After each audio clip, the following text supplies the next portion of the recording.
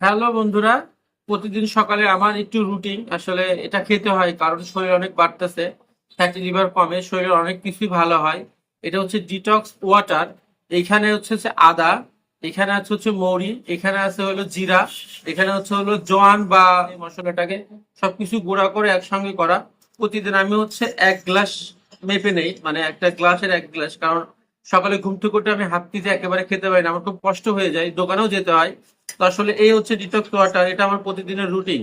আসলে এটা শরীরের অনেক কিছু, হজম শক্তি থেকে গ্যাসের থেকে শুরু করে প্রতিটা সমস্যা দূর করে দেয়। ডাক্তারের পরামর্শ, যাদের অনেক রকম ব্যথা থেকে শুরু করে বাথরুমের সমস্যা, সব রকম সমস্যা আছে, তারা অবশ্যই এটা খাবেন।